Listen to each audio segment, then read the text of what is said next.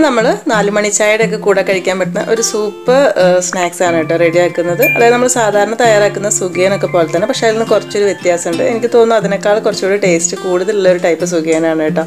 അപ്പോൾ ഇതെങ്ങനെയാണ് ചെയ്യാന്നുള്ളത് നോക്കാം. പിന്നെ ഒരു കാര്യം കൂടെ, നമ്മുടെ ഫദ്വാസ് കിച്ചൻ ഇതുവരെ സബ്സ്ക്രൈബ് ചെയ്യാത്ത ആരെങ്കിലും ഉണ്ടെങ്കിൽ ഇതാ ഈ ഒരു റെഡ് കളറിൽ സബ്സ്ക്രൈബ് എന്ന് വരുന്നില്ലേ, അവിടെ ഒന്ന് ഇതുപോലെ പ്രസ് ചെയ്യുകയാണെങ്കിൽ അതിൻ്റെ തൊട്ടടുത്തൊരു ചെറിയ ബെല്ലൈക്കൺ ഉണ്ടാവും. അതിലൂടെ ഇതുപോലെ ഒന്ന് പ്രസ് ചെയ്തിട്ട് ഓൾ എന്നുള്ള ഓപ്ഷനിലൂടെ ഒന്ന് ക്ലിക്ക് ചെയ്ത് വെക്കുകയാണെങ്കിൽ പുതിയ വീഡിയോസൊക്കെ അപ്ലോഡ് ചെയ്യുന്ന സമയത്ത് പെട്ടെന്ന് തന്നെ കാണാനായിട്ട് പറ്റും കേട്ടോ. അപ്പോൾ ഈ ഒരു സ്നാക്സ് ഉണ്ടാക്കാനായിട്ട് ആദ്യം ഇതിലേക്കുള്ളൊരു ബാറ്റർ റെഡിയാക്കി എടുക്കുക. അതിനായിട്ട് ഞാനിവിടെ 1 കപ്പ് മൈദയാണ് എടുത്തിട്ടുള്ളത്. ഇതിലേക്കൊരു 2 ടേബിൾ സ്പൂൺ അരിപ്പൊടി ഇട്ട് കൊടുക്കുക. നല്ലൊരു ക്രിസ്പി ആയിട്ട് കിട്ടാൻ വേണ്ടിയിട്ടാണ്. അരിപ്പൊടി എന്ന് പറയുമ്പോൾ നമ്മൾ അപ്പം, ഇടിയപ്പം, പത്തിരിക്കൊക്കെ എടുക്കുന്ന നൈസ് പത്തിരിപ്പൊടി. മധുരത്തിന് വേണ്ടിയിട്ട് ഒരു 2 ടേബിൾ സ്പൂൺ പഞ്ചസാര ഇട്ട് കൊടുക്കുക. ഒരുപാട് വേണ്ട, കാരണം നമ്മൾ ഇതിൻ്റെ ഉള്ളിലുള്ള ഒരു ഫില്ലിംഗ് എന്ന് പറയുന്നത് നല്ല മധുരത്തിൽ വരുന്നതാണ്. പിന്നെ ഒരു 2 ടേബിൾ സ്പൂൺ അധികം പുളിയില്ലാത്ത തൈരും കൂടെ ചേർത്ത് കൊടുക്കണം. ഒരു 1/4 ടീസ്പൂൺ ഉപ്പ്. എന്നിട്ട് ഇതെല്ലാം കൂടെ ചേർത്തിട്ട് നല്ലോണം ഒന്ന് മിക്സ് ചെയ്തെടുക്കണം.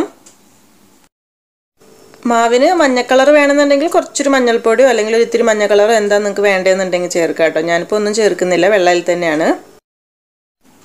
ആവശ്യത്തിനുള്ള കുറച്ച് പച്ചവെള്ളം കൂടെ ചേർത്തിട്ട് നമ്മൾ സാധാരണ സുഗിയനൊക്കെ മുക്കി പൊരിക്കാൻ വേണ്ടി ഒരു ബാറ്റർ ഉണ്ടാക്കുന്നില്ല, പഴംപൊരിക്കൊക്കെ വേണ്ടിയിട്ട് അത്രയ്ക്ക് പഴംപൊരിയുടെ അത്രയ്ക്ക് ലൂസല്ല, എന്നാലും ഏകദേശം ആ ഒരു ടൈപ്പിലാണ് നമുക്ക് മാവ് കലക്കി എടുക്കേണ്ടത്. അപ്പോൾ ഞാനിവിടെ ഒരു 1/4 കപ്പ് വെള്ളമാണ് എടുത്തിട്ടുള്ളത്. ഇതുപോലെ ഒരു വിസ്കൊക്കെ ഉണ്ടെന്നുണ്ടെങ്കിൽ പെട്ടെന്ന് മിക്സ് ചെയ്തെടുക്കാനായിട്ട് പറ്റും. ഒരുപാട് കട്ടയൊന്നുമില്ലാതെ പെട്ടെന്ന് ഇങ്ങനെ മിക്സ് ആക്കി എടുക്കുക. ഇതൊരിക്കലും ഒരുപാട് ലൂസായി പോകരുത് കേട്ടോ. മാവ് ഭയങ്കര ലൂസായി കഴിഞ്ഞാൽ നമ്മളിങ്ങനെ എണ്ണയിലേക്ക് കോരിയിടുന്ന സമയത്ത് അതിന് നല്ലൊരു കവറിങ് കിട്ടാതെ വരും. ലാസ്റ്റ് ഇതിലേക്ക് വേണമെന്നുണ്ടെങ്കിൽ ഒരു നുള്ളു ബേക്കിംഗ് സോഡ കൂടെ ചേർത്ത് കൊടുക്കാം. ഇല്ലെങ്കിലും കുഴപ്പമൊന്നുമില്ല, നല്ലോണം പൊങ്ങിയ ഒരു കറക്റ്റ് ഷേപ്പിൽ കിട്ടാൻ വേണ്ടിയിട്ട് മാത്രമാണ്. മാവ് ഇനി റെസ്റ്റ് ചെയ്യാൻ വേണ്ടി വെക്കണം നിർബന്ധമൊന്നുമില്ല. സമയം ഉണ്ടെങ്കിൽ 10 മിനിറ്റ് വെക്കാം. ഞാനിപ്പോൾ ഒരു ഇത്തിരി 10 മിനിറ്റ് വെക്കുന്നുണ്ട്, നമുക്ക് ബാക്കി കാര്യങ്ങളൊക്കെ റെഡിയാക്കി എടുക്കാനായിട്ട്. അപ്പോൾ ഇതിലേക്കൊരു 1/2 ടീസ്പൂൺ കരിഞ്ജീരകം കൂടെ ചേർക്കുന്നുണ്ട് കേട്ടോ. നല്ലൊരു ടേസ്റ്റാണ്, നല്ലൊരു ഫ്ലേവറാണ്, കാണാൻ നല്ല ഭംഗിയുണ്ടാവും. ഉണ്ടെങ്കിൽ ചേർക്കാം, കറുത്ത എള്ളോ അങ്ങനെ എന്തെങ്കിലും. അപ്പോൾ വേണമെന്നുണ്ടെങ്കിൽ 1 ടീസ്പൂൺ വേണമെങ്കിലും ചേർക്കാം. അപ്പോൾ ഇതൊരു സൈഡിലേക്ക് വെച്ചിട്ട് ഇതിൻ്റെ ഉള്ളിലേക്കുള്ള ആ ഒരു ഫില്ലിങ്സ് റെഡിയാക്കി എടുക്കണം. അതിനായിട്ടൊരു പാൻ ചൂടാക്കി അതിലേക്ക് 1 ടേബിൾ സ്പൂൺ നെയ്യ് ഒഴിച്ച് ചൂടാക്കി എടുക്കുക. 1-2 ടേബിൾ സ്പൂൺ. നെയ്യ് ചൂടാവുന്ന സമയത്ത് ഇതിലേക്ക് കുറച്ചൊരു അണ്ടിപ്പരിപ്പും അതുപോലെ തന്നെ ഇത്തിരി ബദാമും എടുത്തിട്ടുണ്ട്. ബദാം വേണം നിർബന്ധമൊന്നുമില്ല കേട്ടോ. അങ്ങനെ നമുക്ക് ഇടയ്ക്ക് അതിൻ്റെ ഉള്ളിൽ കടിക്കാൻ വേണ്ടിയിട്ട് കുറച്ച് തേങ്ങാക്കൊത്താണെങ്കിൽ അതായാലും മതി. തേങ്ങാക്കൊത്തോ അണ്ടിപ്പരിപ്പോ എന്തെങ്കിലും നെയ്യിലൊന്നങ്ങ് വറുത്തെടുക്കുക. കുറച്ച് കൂടുതലുണ്ടെങ്കിൽ നന്നായിരിക്കും. ഇത് പാകത്തിനൊന്ന് വറവായി വരുന്ന സമയത്ത് ഇതിലേക്ക് 1 കപ്പ് തേങ്ങ ചിരവിയത് ചേർത്ത് കൊടുക്കാം. എന്നിട്ടൊരു 1 മിനിറ്റ് തേങ്ങ അത്യാവശ്യം ഒന്നങ്ങ് നന്നായിട്ട് വറുത്തെടുക്കുക. ഒരുപാട് നേരം വറക്കേണ്ട ആവശ്യമൊന്നുമില്ല. ഇനി ഇതിലേക്ക് നമുക്ക് ശർക്കരയാണ് ചേർക്കേണ്ടത് മധുരത്തിനായിട്ട്. അപ്പം ഞാനൊരു 150 ഗ്രാം ശർക്കര ഒന്ന് ഉരുക്കിയെടുത്തിട്ടുണ്ട് കേട്ടോ. ഉരുക്കിയെടുക്കുമ്പം ഒരുപാട് വെള്ളമൊന്നും ചേർത്തിട്ടില്ല, ഒരു 1/4 കപ്പ് വെള്ളവും കൂടെ ചേർത്തിട്ട് നല്ല കട്ടിയിൽ തന്നെയാണ് ഉരുക്കിയെടുത്തിട്ടുള്ളത്. ഉരുക്കിയതിന് ശേഷം ഒന്ന് അരിച്ചെടുത്തിട്ടുള്ളത്, അതിൽ കല്ലൊക്കെ ഉണ്ടെങ്കിൽ ഒന്ന് പോയിക്കോട്ടെ എന്ന് വിചാരിച്ചിട്ട്. എന്നിട്ട് ആ ഒരു ശർക്കര ഈ ഒരു തേങ്ങയുടെ കൂട്ടിലേക്ക് ഒഴിച്ചിട്ട് നല്ലോണം ഒന്നങ്ങ് വറ്റിച്ചെടുക്കണം. ആ സമയത്തിന് ഇതിലേക്ക് 1 കപ്പ് കടലപ്പരിപ്പ് വേവിച്ചതൂടെ ചേർത്ത് കൊടുക്കുന്നുണ്ട്. സാധാരണ നമ്മൾ സുഗിയൻ്റെ ഉള്ളിൽ ചെറുപയർ ഫില്ല് ചെയ്യുന്നുണ്ടല്ലോ, അതിന് പകരമാണ് ഈ ഒരു കടലപ്പരിപ്പ് ചേർത്ത് കൊടുക്കുന്നത് കേട്ടോ. അപ്പോൾ ഇനി ഇത് ഈ ഒരു ശർക്കര പാനിയിൽ കിടന്നിട്ട് നല്ലോണം ഒന്ന് വറ്റിയിട്ട് നല്ല ഒന്ന് ഡ്രൈ ആയിട്ട് കിട്ടണം. അതുവരെ നല്ലോണം മിക്സ് ആക്കി എടുക്കണം. പിന്നെ കടലപ്പരിപ്പ് വേവിച്ചെടുക്കുന്ന സമയത്ത് അത്യാവശ്യം ഒന്ന് വെന്തുടഞ്ഞോട്ടെ കേട്ടോ, കാരണം നമുക്കത് മൊത്തത്തിലൊന്ന് ഉടച്ചെടുക്കാനുള്ളതാണ്.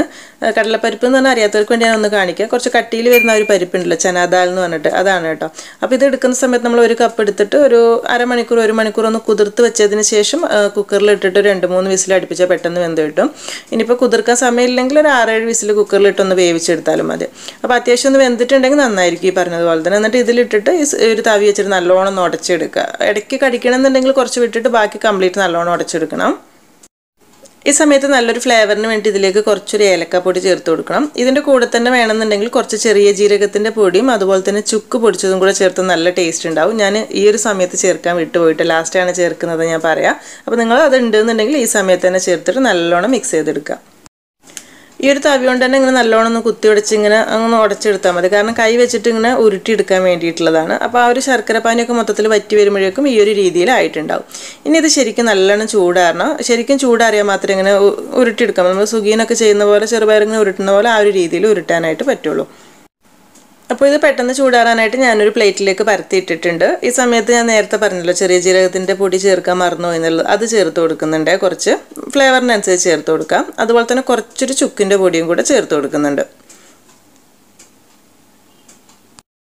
എന്നിട്ട് എല്ലാം കൂടെ ചേർത്തിട്ട് നല്ലോണം ഒന്ന് മിക്സ് ആക്കി എടുക്കുക. അപ്പോൾ നമ്മളിത് ചൂടോടുകൂടി തന്നെ ഉരുട്ടാൻ വേണ്ടി ശ്രമിക്കും, കുറച്ചൊരു ബുദ്ധിമുട്ടായിരിക്കും. ഒരുപാട് ഷേപ്പ് വേണമെന്നൊന്നുമില്ല, കാരണം ആ ഒരു ബാറ്ററിൽ മുക്കി ഫ്രൈ ചെയ്യാനാണ്. എന്നാലും ഇത് നല്ല ഷേപ്പിലാക്കി എടുക്കണമെന്നുണ്ടെങ്കിൽ ഇത് നമ്മളൊന്ന് ചൂടാറുന്ന സമയത്ത് ഒരു 10 മിനിറ്റ് ഫ്രിഡ്ജിലൊന്ന് വെച്ചിട്ട് എടുക്കുകയാണെങ്കിൽ പെട്ടെന്ന് ഷേപ്പ് ചെയ്തെടുക്കാനായിട്ട് പറ്റും കേട്ടോ. ഉരുട്ടിയെടുക്കുന്ന സമയത്ത് ഒരുപാട് വലിയ ബോളാക്കി എടുക്കണ്ട, കുറച്ച് ചെറുത് തന്നെ ആക്കി എടുത്താൽ മതി. കാരണം ആ ഒരു മാവിൽ മുക്കി പൊരിച്ചെടുക്കുന്ന സമയത്ത് കുറച്ചുകൂടെ വണ്ണം ഉണ്ടാവും. അപ്പോൾ അതിന് പാകമായിട്ട് ഇതുപോലത്തെ ചെറിയ ചെറിയ ബോൾസ് ആക്കി എടുത്തിട്ടുണ്ട്. ഏകദേശം ഒരു 20 എണ്ണമൊക്കെ ഉണ്ടാക്കാനായിട്ടുണ്ടാവും. ഇത് ശരിക്കും ഈ ഒരു രീതിയിൽ തന്നെ ഇപ്പോൾ തന്നെ കുട്ടികൾക്കൊക്കെ വേണമെങ്കിൽ കഴിക്കാൻ കൊടുക്കാം കേട്ടോ. നല്ല ടേസ്റ്റാണ്. ശരിക്കും ഒരു പരിപ്പ് ലഡുവൊക്കെ കഴിക്കുന്ന പോലെയൊക്കെ തോന്നും. അപ്പോൾ ഇനി ഒന്നുമില്ല, ആവശ്യത്തിനുള്ള ഓയിൽ ചൂടാക്കി എടുക്കുക. എന്നിട്ട് റെഡിയാക്കി വെച്ചിട്ടുള്ള ഈ ഒരു ബോൾ ആദ്യം മിക്സ് ചെയ്ത് വെച്ചിട്ടുള്ള മൈദയുടെ കൂട്ടുണ്ടല്ലോ അതിൽ നല്ലോണം ഒന്ന് മുക്കിയിട്ട് ഇതുപോലെ എടുത്തിട്ട് മൊത്തത്തിൽ ഫ്രൈ ചെയ്തെടുക്കുക. സുഗീനൊക്കെ ഫ്രൈ ചെയ്യുന്ന പോലെ തന്നെ. എണ്ണയിലേക്ക് ഇടുന്ന സമയത്ത് ഓയിലിന് അത്യാവശ്യം നല്ല ചൂടുണ്ടായിരിക്കണേ. ഒരു സൈഡ് റെഡി ആവുന്ന സമയത്ത് തിരിച്ചും മറിച്ചും ഇട്ടിട്ട് 2 ഭാഗം ഫ്രൈ ആവുന്ന സമയത്ത് എടുക്കുക. സാധാരണ പഴംപൊരി സുഗീനൊക്കെ ആ ഒരു ഫ്രൈ ആവുന്ന സമയം തന്നെ മതിയാകും. 2 ഭാഗം ഫ്രൈ ആവുന്ന സമയത്ത് എണ്ണയിൽ നിന്ന് മാറ്റാം. അപ്പോൾ കാണുന്ന സമയത്ത് തന്നെ നല്ല ഭംഗിയാണ്, ചെറിയ സുഗിയൻ കഴിക്കുന്ന പോലെ തന്നെ. പിന്നെ അതിൻ്റെ ഉള്ളിൽ ആ ഒരു ഫില്ലിങ്സ് മാത്രമേ വ്യത്യാസമുള്ളൂ. പക്ഷേ നമ്മൾ സാധാരണ സുഗിയനേക്കാളും എനിക്ക് കുറച്ചുകൂടി കൂടുതൽ ഇഷ്ടമാണ് കേട്ടോ ഈ ഒരു പരിപ്പ് വെച്ചിട്ടുള്ള സുഗിയൻ എന്ന് പറയുന്നത്. അപ്പോൾ നമ്മുടെ പരിപ്പ് സുഗിയനെല്ലാം ഫ്രൈ ചെയ്ത് റെഡി ആയിട്ടുണ്ട്. നല്ല ചൂടുള്ള ചായയുടെ കൂടെ ഇതൊരു ചെറിയ ചൂടിൽ കഴിക്കാൻ നല്ല ടേസ്റ്റ് ആട്ടോ. അങ്ങനെ മുറിച്ച് കഴിക്കുന്ന സമയത്ത് ശരിക്കും നമ്മളൊരു പുറത്തുള്ള ഒരു കവറിങ് ഉണ്ടല്ലോ, മൈദയുടെ കോട്ടിങ്, അത് അത്യാവശ്യം നല്ല കട്ടിയിലുണ്ടാകുന്ന സമയത്ത് നല്ലൊരു ക്രിസ്പിയും ടേസ്റ്റൊക്കെയാണ്. ചെയ്തു നോക്കുക. ഈ ഒരു രീതിയിലുള്ള സ്നാക്ക് നിങ്ങൾ ഇതുവരെ ചെയ്തിട്ടില്ലെങ്കിൽ എന്തായാലും ഒന്ന് ചെയ്തു നോക്കണം, എല്ലാവർക്കും ഇഷ്ടമാവും. പിന്നെ ഈ ഒരു വീഡിയോ ഇഷ്ടമായിട്ടുണ്ടെന്നുണ്ടെങ്കിൽ എന്തായാലും ലൈക്ക് ചെയ്യാനും ഷെയർ ചെയ്യാനും കൂടെയുള്ള കാര്യം കൂടെ മറക്കരുത്.